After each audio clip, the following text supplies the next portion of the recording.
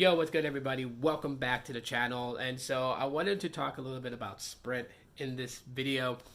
Sprint doing some very, very bad things. They've been known to do some bad things. I know, I used to work for them. I've said that before, but for someone new coming to the channel, just know I used to work for the retention department, which is like the lowest of lows when it comes to Sprint and having a job with them. Like, store reps get away with more things than retention reps do, and I'll explain that in this video for those people. But shout out to At&t for coverage on the merger and also talking about this topic, which is that Sprint initially was charging for Lifeline accounts that weren't currently active anymore just to get paid out from the government. Now, let me just kind of clear something up. I don't even know why people call them Obama phones, because these Lifeline phones, Lifeline programs have been around long before Obama was in office.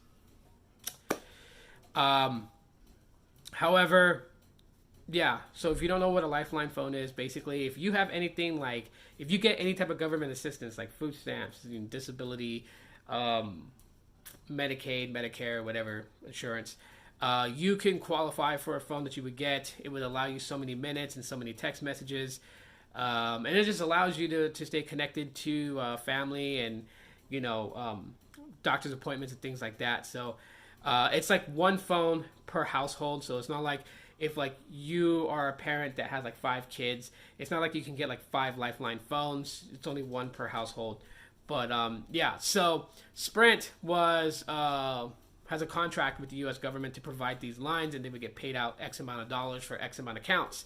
Sprint decided, for some reason, some idiot in corporate decided that they were going to go ahead and still count deactivated Lifeline accounts. So accounts that have been canceled, accounts that people no longer needed and surrendered the account over, or just didn't re-register to qualify for it.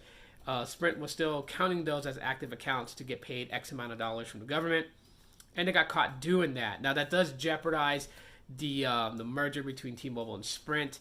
T-Mobile really has to kind of look into it, like what are we getting ourselves into? Because remember, they're opting to buy Sprint.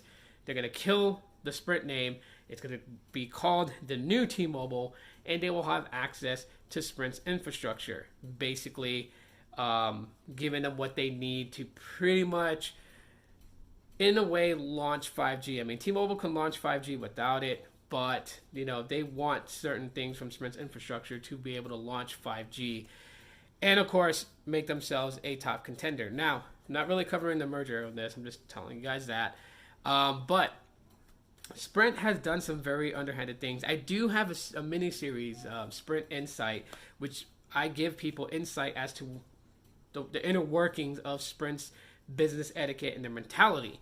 I wanted to do that because I wanted to help people, because believe me, I worked for Sprint in the retention department. I started off on the phones, taking phone calls, handling people's requests to want to cancel, having to try and talk and approach them to negotiate with them. And it's very hard work to do that. Okay, let me tell you guys right now, if you think it's cakewalk, it's not, because every person is different. And how to approach them without flat out saying, why do you want to cancel? Because we weren't allowed to say that on the phones. We couldn't ask a customer, are you looking to cancel? Why do you want to cancel? If a customer was like, yeah, I want my account number, and the customer lied to you and they were like, oh, I need it for tax purposes, you couldn't call them out on bullshit. You don't need your account number for tax purposes.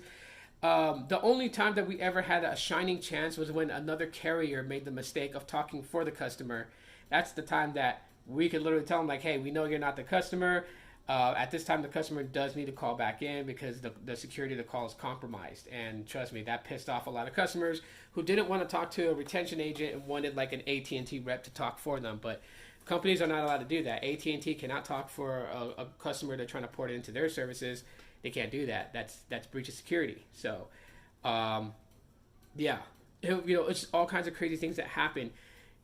Sprint retention is just probably one of the worst jobs that I would say for anyone that was thinking about doing it. Don't do it, because you have to be able to talk to people. You have to be able to, without seeing the person face to face, have that mentality to be able to judge a person's character, to know how to speak to them. Not easy work. And retention agents, their job is on the line. Literally, their job is on the line. I've seen people get told by their team leads, like, hey, it's not working out. we regret to inform you, but we're gonna let you go. We're gonna part ways. And that's just because the person had like 40 cancellations on them in an entire month span. Their jobs are writing on the line. So when people call in to cancel the Sprint and then they get the retention department, yes, I know shit rolls downhill.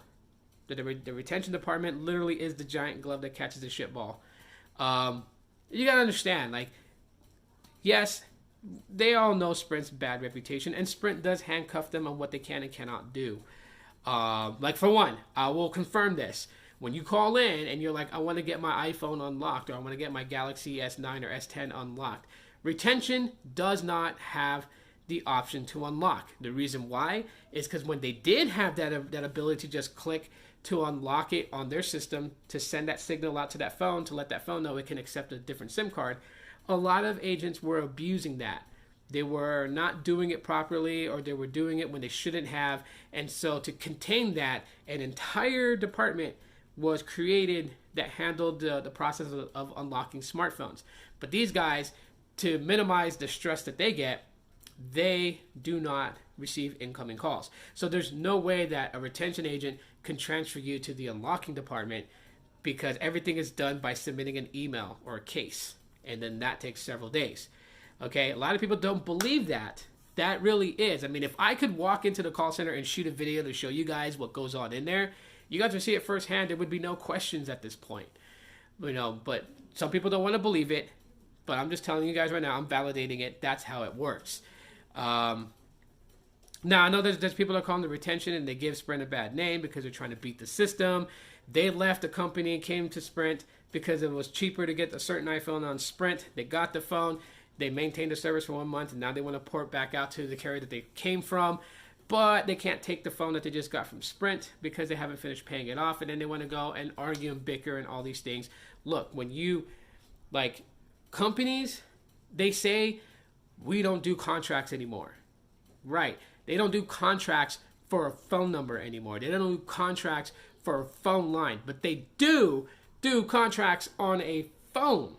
That is where the contract lies. Like, you're free to leave Sprint, or you're free to leave T-Mobile or AT&T or Verizon. You are free to leave them whenever you want without paying an early termination fee for leaving. But if you lease a phone, which means you get a phone without paying full price for it, you make monthly payments on it, you did enter a contract for that phone.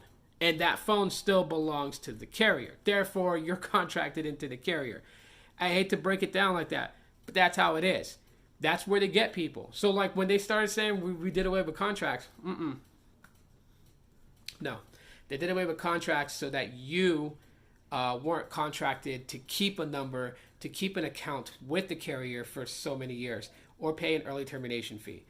But they did contract you for the biggest thing of them all, which is smartphones, because phones became more expensive. If you think the flip phones back in the day used to cost like what, $100, $150, $200. If it was like a very classy, fancy phone, $300, maybe $400 at max.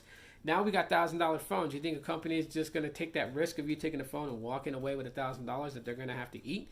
No. So they had programs, leasing, where people didn't want to actually own the phone. They just wanted every new phone that came out next year and the year after and the year after.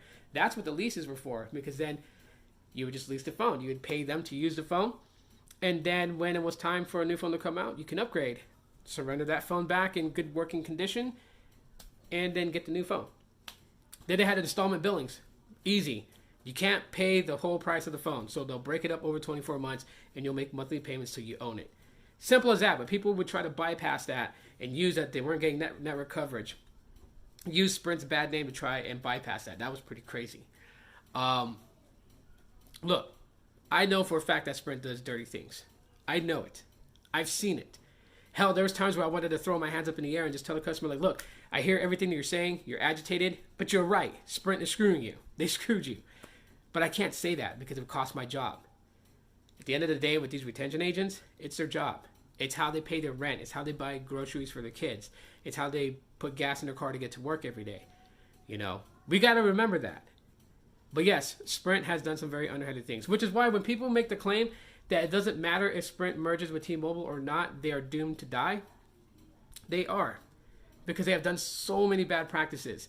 Double billing, triple billing in the days of Dan Hess, to, Marcelo right now with all the stuff that he's trying to do. It's just, yeah, very bad. Anyways, guys, yeah, that's pretty much Sprint in a nutshell. And for everyone who is a retention agent for Sprint, let me let you guys know that I feel your pain. I understand what you guys go through. I was there on the phones doing the same thing you guys are doing.